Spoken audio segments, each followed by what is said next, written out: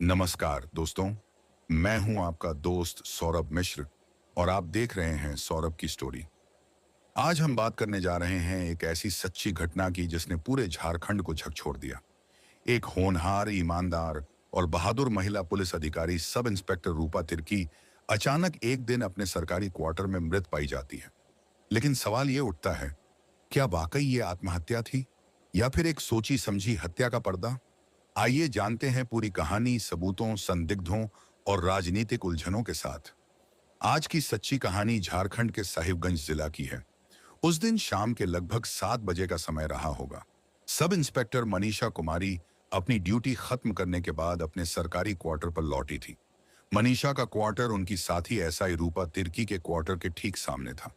रूपा तिर्की उस समय झारखंड के साहिबगंज जिले में महिला थाना की प्रभारी थी, जबकि मनीषा साहिबगंज नगर थाना में तैनात थी। जब मनीषा अपने कमरे पर पहुंची तो देखा कि रूपा के क्वार्टर का दरवाजा अंदर से बंद था। इसका मतलब था कि रूपा अपनी ड्यूटी से लौट चुकी थी और कमरे के अंदर थी। मनीषा ने दोस्ती के नाते और हालचाल पूछने की मंशा से रूपा के कमरे का दरवाजा खटखटाया, लेकिन काफी देर तक दरवाजा खटखटाने के बावजूद अंदर से कोई आवाज या प्रतिक्रिया नहीं आई। मनीषा को यह अजीब लगा क्योंकि शाम का समय था और उस वक्त तक कोई आमतौर पर सोता नहीं था। उन्होंने फिर से कुछ देर दरवाजा खटखटाया और आवाज भी लगाई, लेकिन कोई हलचल नहीं हुई। तब मनीषा ने आसपास के लोगों को बुलाया और सबके सामने फिर से दरवाजा खुलवाने की कोशिश की, पर नतीजा वही रहा। आखिरकार जब कोई विकल्प नहीं बचा तो मनीषा ने लोगों की मदद से दरवाजा तोड़ने का फैसला किया। दरवाजा तोड़कर जब वे कमरे के अंदर गईं, तो वहां का नजारा देखकर उनके होश उड़ गए। रूपा तिर्की पंखे के एंगल से एक रस्सी के सहारे लटकी हुई थी। यह देखकर मनीषा स्तब्ध रह गई। एक पुलिस अधिकारी होने के नाते उन्होंने तुरंत आगे बढ़कर रूपा की नब्ज टटोली, लेकिन उसमें कोई जान के लक्षण नहीं मिले। कुछ पल के लिए मनीषा खुद भी असमंजस में पड़ गई कि अब क्या किया जाए, लेकिन जल्दी ही उन्होंने खुद को संभालते हुए सबसे पहले साहिबगंज एसपी अनुरंजन किस्पोटा को फोन करके पूरे मामले की जानकारी दी। सूचना मिलने पर एसपी, एसआरडीपीओ राजेंद्र दुबे और अन्य पुलिस अधिकारी तुरंत घटनास्थल पर पहुंचे। अफसरों ने कमरे का मुआयना किया। शुरुआती जांच में यही साफ हुआ कि रूपा ने फांसी लगाकर खुद की जीवन लीला समाप्त की थी। पुलिस टीम ने कमरे की अच्छी तरह से तलाशी ली, हर चीज को बारीकी से जांचा कि कहीं कोई सुसाइड नोट या अन्य सुराग मिल सके, लेकिन उन्हें ना तो कोई नोट मिला और ना ही कोई ऐसा संकेत जिससे यह पता चल सके कि रूपा ने इतना बड़ा कदम क्यों उठाया। किसी को समझ नहीं आया कि 2018 बेंच की एक तेज तर्रार युवा और अविवाहित महिला अधिकारी ने अचानक ऐसा कदम क्यों उठाया। पुलिस ने मामले की जानकारी रूपा के परिवार को दी। रूपा के माता पिता रांची के पास कांटीन गांव, जो कि रातू क्षेत्र में पड़ता है, में रहते थे। जैसे ही उन्हें यह खबर मिली, वे हैरान और दुख से टूट गए। क्योंकि रात हो चुकी थी, इसलिए पुलिस ने शव को फंदे से उतारकर पोस्टमार्टम के लिए सदर अस्पताल भिजवा दिया। अगले दिन 4 मई 2021 को रूपा के परिजन साहिबगंज पहुंचे। रूपा की मां पद्मावती ने पुलिस को बताया कि 3 मई को दोपहर करीब 3 बजे उनकी बेटी से फोन पर बात हुई थी। उस समय रूपा ने कहा था कि वह जो पानी पी रही है वह किसी दवा की तरह कड़वा लग रहा है। यह सुनकर मां ने उसकी तबीयत के बारे में पूछा तो रूपा ने कहा कि वह ठीक है। मां ने उसे आराम करने को कहा और बात वहीं खत्म हो गई। रूपा की मां ने आगे बताया कि जब से रूपा को महिला थाना प्रभारी बनकर सरकारी गाड़ी मिली थी, तब से 2 महिला अधिकारी उस पर अनावश्यक दबाव बनाने लगी थी। उन्होंने रूपा को हाल ही में एक राजनीतिक नेता पंकज मिश्रा के पास किसी बड़े केस को मैनेज करने के लिए भेजा था। पंकज मिश्रा मुख्यमंत्री हेमंत सोरेन के खास लोगों में गिना जाता है। परिवार वालों का दावा है कि रूपा ने खुद से अपनी जान नहीं ली, बल्कि उसे किसी ने मार डाला है। उसकी मां ने इस बात को लेकर साहिबगंज एसपी को एक लिखित शिकायत भी दी, जिसमें उन्होंने बेटी की मौत को हत्या बताया और इसकी गहराई से जांच की मांग की। इस पूरे मामले में निष्पक्ष जांच की मांग करते हुए उन्होंने एक जांच कमेटी के गठन की मांग की। उनका कहना था कि उनकी बेटी के क्वार्टर के सामने रहने वाली एसआई मनीषा कुमारी और ज्योत्सना महतो हमेशा उसे मानसिक रूप से परेशान करती थी। वे दोनों रूपा से जलती थीं और उसे नीचा दिखाने का कोई मौका नहीं छोड़ती थी। रूपा की मां पद्मावती ने मौके पर मौजूद लोगों से जानकारी लेने के बाद साफ तौर पर कहा कि उनकी बेटी की हत्या की गई है। उन्होंने बताया कि शव पंखे से लटका जरूर मिला, लेकिन जिस तरह से शव था वह सुसाइड नहीं लग रही थी। पंखा और बिस्तर के बीच की दूरी बहुत कम थी और शव की हालत से साफ लग रहा था कि घुटने पलंग पर टिके हुए थे। गले पर रस्सी के 2 निशान थे, जो सामान्य फांसी के निशानों से अलग दिखते थे। शरीर के कई हिस्सों पर चोट और खरोच के निशान भी थे। खासतौर पर हाथों और घुटनों पर मारपीट के निशान दिखाई दे रहे थे। कपड़े भी पूरी तरह सही स्थिति में नहीं थे। रूपा की मौत के मामले में जिरवाबाड़ी ओपी थाने के एसआई सतीश सोनी के बयान पर केस दर्ज किया गया। पुलिस ने तुरंत रूपा के क्वार्टर को सील कर जांच शुरू की।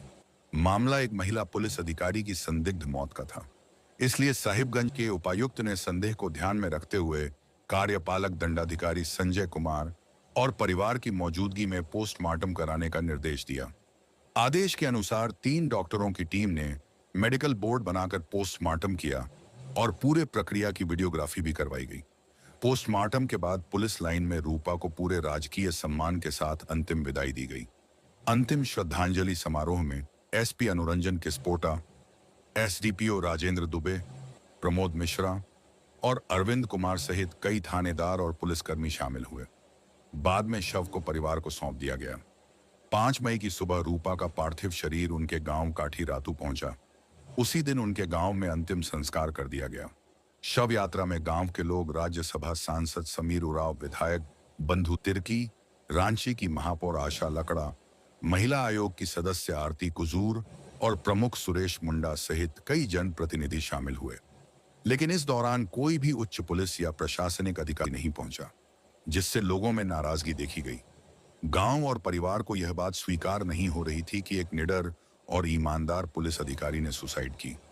रूपा के पिता देवानंद, जो सीआईएसएफ में थे, और मां पद्मावती का स्पष्ट कहना था कि रूपा की हत्या करके इसे सुसाइड का रूप दिया गया है। रूपा ने पुलिस में भर्ती होने से पहले बैंक ऑफ इंडिया में काम किया था। उन्होंने रांची के सेंट जेवियर्स कॉलेज से पढ़ाई की थी। नवंबर 2020 में उन्हें साहिबगंज महिला थाने का प्रभारी बनाया गया था। वहां उन्होंने महिला अत्याचार के मामलों में गंभीरता और ईमानदारी से काम किया था। यह मामला बेहद गंभीर होता जा रहा था, क्योंकि रूपा की 2 महिला बैचमेट एसआई और मुख्यमंत्री के करीबी नेता पंकज मिश्रा पर भी उंगलियां उठ रही थीं। सोशल मीडिया पर लोग जस्टिस फॉर रूपा मुहिम चला रहे थे। झारखंड के कई बड़े नेता भी अब इस मामले में न्याय दिलाने की मांग कर रहे थे। भाजपा विधायक दल के प्रमुख बाबूलाल मरांडी ने रूपा की मौत को एक रहस्यमय हत्या करार देते हुए इसकी जांच सीबीआई से कराने की मांग की। उन्होंने कहा कि रूपा के घर वालों के आरोपों से यह मामला बेहद संदेहास्पद बन गया है।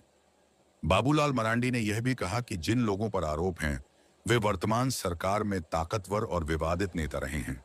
प्रदेश भाजपा महिला मोर्चा ने भी इस केस की सीबीआई जांच की मांग करते हुए राज्यपाल को ऑनलाइन ज्ञापन भेजा। वहीं मांडर से विधायक बंधु तिर्की ने मुख्यमंत्री को पत्र लिखकर कहा कि यह महज सुसाइड नहीं, बल्कि किसी गहरी साजिश का हिस्सा लगती है। इसीलिए इसकी उच्च स्तरीय जांच होनी चाहिए। झारखंड मुक्ति मोर्चा के बोरियो से विधायक लोबिन हेमर्रम ने भी यही मांग दोहराई। राज्यसभा सांसद समीर उरांव ने कहा कि जिस पंकज मिश्रा पर आरोप हैं, वह मुख्यमंत्री हेमंत सोरेन के बेहद करीबी हैं और साहिबगंज में अवैध कामों में लिप्त हैं। मामले के बढ़ते तनाव और राजनीतिक दबाव को देखते हुए इसकी जांच एसआईटी को सौंप दी गई। पंकज मिश्रा, जिन पर आरोप लगे थे, वे मुख्यमंत्री के साहिबगंज प्रतिनिधि थे। उन्होंने सफाई दी कि घटना के वक्त वे चुनाव में व्यस्त थे और फिर कोरोना संक्रमित होने के कारण मेदांता अस्पताल में भर्ती थे। वे बोले कि अस्पताल से छुट्टी मिलने के बाद ही घर लौटे थे। उसने आगे कहा कि रूपा से मिलने की बात पूरी तरह झूठ है। उन्होंने कहा कि पुलिस चाहे तो मोबाइल की कॉल डिटेल खंगाल सकती है। राजनीतिक हलचल के बीच पुलिस ने तेजी से जांच शुरू की और एएसपी ने डीएसपी संजय कुमार की अगुवाई में एसआईटी गठित की। इस टीम में बरहड़वा के एसडीपीओ पी के मिश्रा, राजमहल इंस्पेक्टर राजेश कुमार और 2 महिला अधिकारी शामिल की गई। जांच अधिकारी जिरवाबाड़ी थाना की एसआई स्नेहलता सुरन को बनाया गया।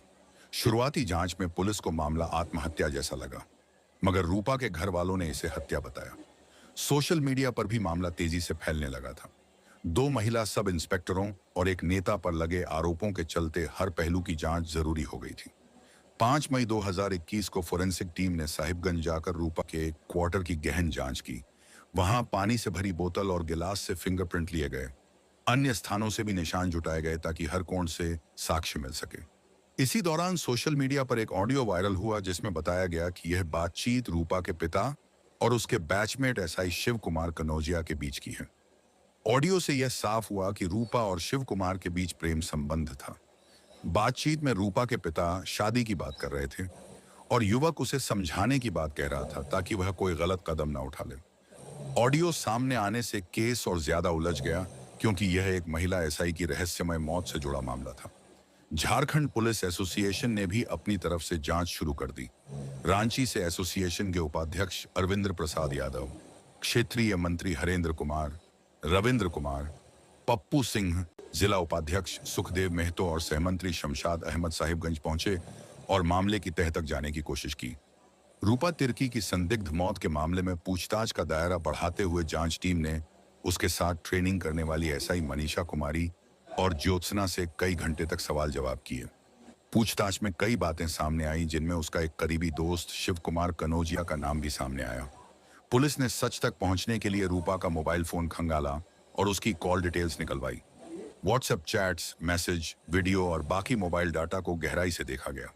मोबाइल की जांच में पता चला कि रूपा की आखिरी बातचीत उसके बॉयफ्रेंड शिव कुमार से ही हुई थी। रूपा ने उसे कई भावनात्मक मैसेज भी भेजे थे। यह भी सामने आया कि शिव कुमार झारखंड के चाईबासा पश्चिम सिंहभूम जिले के टोकलो थाना में पदस्थ था। जांच के लिए उसका बयान लेना जरूरी हो गया था, इसीलिए एसआईटी ने उसे पूछताछ के लिए साहिबगंज बुलाया। इसी दौरान रूपा के परिजनों की मांग पर जांच अधिकारी स्नेहलता सुरण को हटाकर राजमहल के इंस्पेक्टर राजेश कुमार को जांच की जिम्मेदारी सौंप दी गई। आदिवासी समाज की होनहार पुलिस अधिकारी रूपा की मौत को लेकर पूरे झारखंड में आक्रोश फैल गया था। छात्र संगठनों, महिला मंचों, आदिवासी समुदायों के साथ साथ कांग्रेस, भाजपा, जेडीयू, आजसू जैसे राजनीतिक दलों ने भी सीबीआई जांच की मांग की। सरकारी विधायकों का कहना था कि इस घटना से आदिवासी समाज में गुस्सा है। सोशल मीडिया पर भी रूपा को न्याय दिलाने के लिए मुहिम छिड़ गई थी। इससे सरकार की छवि को नुकसान हो रहा था। जनता जानना चाह रही थी कि सच्चाई सामने आएगी या नहीं। ऐसे में सरकार से सीबीआई जांच कराने की भी मांग की गई। वहीं भाजपा के प्रदेश अध्यक्ष और राज्यसभा सांसद दीपक प्रकाश खुद रांची के पास स्थित रातू गांव में रूपा के घर पहुंचे और परिवार से मुलाकात कर मामले की जानकारी ली। बाद में उन्होंने कहा कि यह एक संवेदनशील और हाई प्रोफाइल मामला है। इसमें सरकार के करीबी लोगों की भूमिका होने की आशंका है, इसलिए राज्य पुलिस पर भरोसा करना मुश्किल है। दीपक प्रकाश ने कहा कि रूपा एक तेज और मेहनती लड़की थी जिसे धोखे से मारा गया। अगर इस घटना का सच सामने नहीं आया तो झारखंड में किसी भी आदिवासी बेटी की सुरक्षा नहीं रह जाएगी। इसी सोच के साथ आंदोलन और तेज हो गए। महिलाएं सड़कों पर उतरी, कैंडल मार्च निकाले गए। उधर पुलिस की जांच में हर दिन नए नए राज खुलने से मामला और जटिल होता जा रहा था। इससे पुलिस और सरकार दोनों की छवि धूमिल हो रही थी। आखिरकार 8 मई को शिव कुमार कनौजिया को साहिबगंज बुलाकर एसआईटी के अधिकारियों ने करीब 8 घंटे तक पूछताछ की।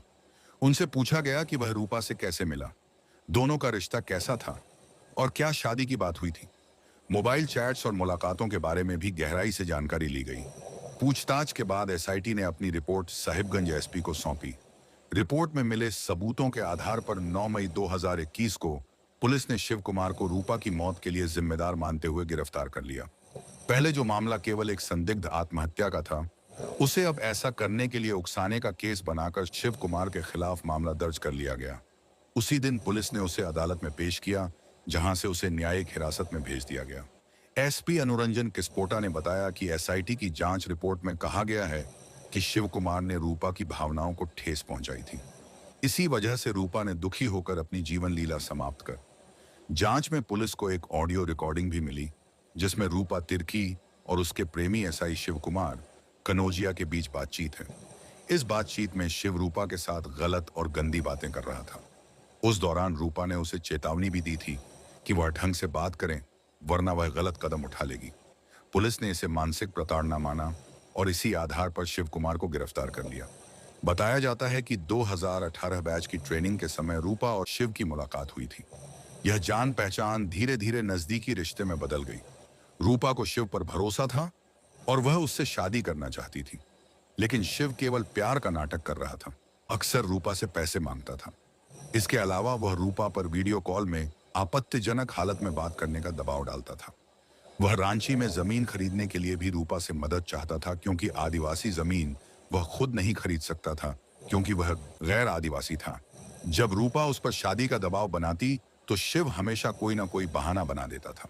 एक वायरल वीडियो में वह रूपा के पिता से यह कहता सुना गया कि वह अंतर जातीय शादी नहीं करना चाहता, इसलिए वे अपनी बेटी को समझाएं।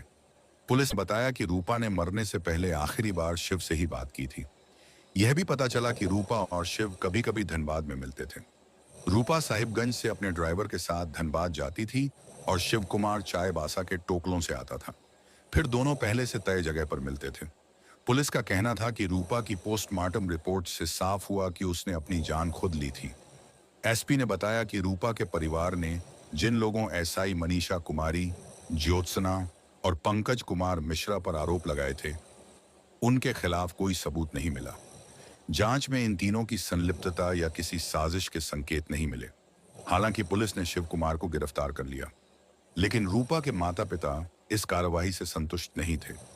10 मई को जब एसआईटी की टीम रांची के रातू गांव में रूपा के माता पिता के बयान लेने पहुंची, तो ग्रामीणों ने विरोध प्रदर्शन किया और नारेबाजी की। लोगों का कहना था कि पुलिस इस मामले की दिशा को बदलने की कोशिश कर रही है। रूपा के पिता देवानंद और मां पद्मावती ने पुलिस टीम से सख्त सवाल पूछे और कहा कि एसआईटी की जांच झूठी है। ग्रामीणों ने भी सीबीआई जांच की मांग की। बाद में पुलिस ने समझा बुझाकर बयान दर्ज किए। साहिबगंज पुलिस का कहना था कि अभी जांच चल रही है। रूपा के सरकारी क्वार्टर के पास रहने वाले पुलिसकर्मी और उनके परिवार से भी पूछताछ की गई। अब तक विसरा रिपोर्ट का इंतजार था, क्योंकि घटना वाले दिन दोपहर को रूपा ने अपनी मां से कहा था कि उसे पानी पीने में कड़वापन लग रहा है। कुल मिलाकर साहिबगंज पुलिस की जांच से ना तो रूपा के परिवार को भरोसा था और ना ही ग्रामीणों को। आदिवासी संगठनों ने भी इस पूरे मामले को धोखा और दिखावा करार दिया। रूपा के रातू स्थित घर पर 11 मई को कई सामाजिक संगठनों की एक अहम बैठक हुई। इस बैठक में सभी लोगों ने एक साथ यह कहा कि पुलिस प्रशासन जानबूझकर रूपा की चैट वायरल करके उसकी छवि को खराब करने की कोशिश कर रहा है। असली दोषियों को बचाने के लिए पूरे मामले पर पर्दा डालने की कोशिश की जा रही है। फिलहाल यह मामला लोगों में गुस्सा और नाराजगी का कारण बना हुआ था और इसका राजनीतिक असर भी साफ तौर पर देखा जा रहा था। अब सबसे बड़ा सवाल यही रह गया था कि क्या रूपा की हत्या से जुड़ा सच कभी सामने आ पाएगा या नहीं। क्या यह मामला बस एक प्रेम कहानी तक सिमट कर दबा दिया जाएगा? क्या पुलिस अधिकारी रूपा की मां पद्मावती द्वारा लगाए गए गंभीर आरोपों की गहराई से जांच करेगा? उस वक्त शिव कुमार को गिरफ्तार करके जेल भेज दिया गया था, लेकिन कुछ वक्त बाद ही वह जमानत पर छूट गया। एक होनहार, ईमानदार और जांबाज अफसर सब इंस्पेक्टर रूपा तिर्की की मौत आज भी एक सवाल है। आत्महत्या या साजिशन हत्या? क्या सच कभी सामने आएगा? हम आपके साथ हैं और यह वीडियो किसी की छवि खराब करने के लिए नहीं, बल्कि सच को सामने लाने और न्याय की मांग के लिए है। अगर आप भी रूपा तिर्की को न्याय दिलाना चाहते हैं तो इस वीडियो को ज्यादा से ज्यादा शेयर करें। अपनी राय हमें कमेंट में बताएं और अगर अभी तक आपने चैनल सब्सक्राइब नहीं किया है तो तुरंत कर लीजिए। जस्टिस फॉर रूपा सिर्फ एक हैशटैग नहीं, एक लड़ाई है। हम लड़ेंगे जब तक सच सामने नहीं आ जाता। दोस्तों, इस घटना को बताने का उद्देश्य किसी की भावनाओं को आहत करना नहीं है, बल्कि आपको सतर्क करना और जागरूक बनाना है। हम चाहते हैं कि ऐसे मामलों से आप सीख लें और खुद को तथा अपने परिवार को सुरक्षित रखें। इस विषय पर आपके क्या विचार हैं? कृपया कमेंट में अपनी राय जरूर दें और साथ ही यह भी बताएं कि आप यह वीडियो किस शहर या गांव से देख रहे हैं। हमें जानकर खुशी होगी। अगर आपको हमारी मेहनत और यह जानकारी उपयोगी लगी हो तो वीडियो को लाइक करें, अपने जानने वालों तक इसे जरूर पहुंचाएं और अगर अभी तक आपने हमारे चैनल को सब्सक्राइब नहीं किया है तो अभी सब्सक्राइब कर लें। आपका सहयोग हमें और बेहतर काम करने की प्रेरणा देता है। धन्यवाद।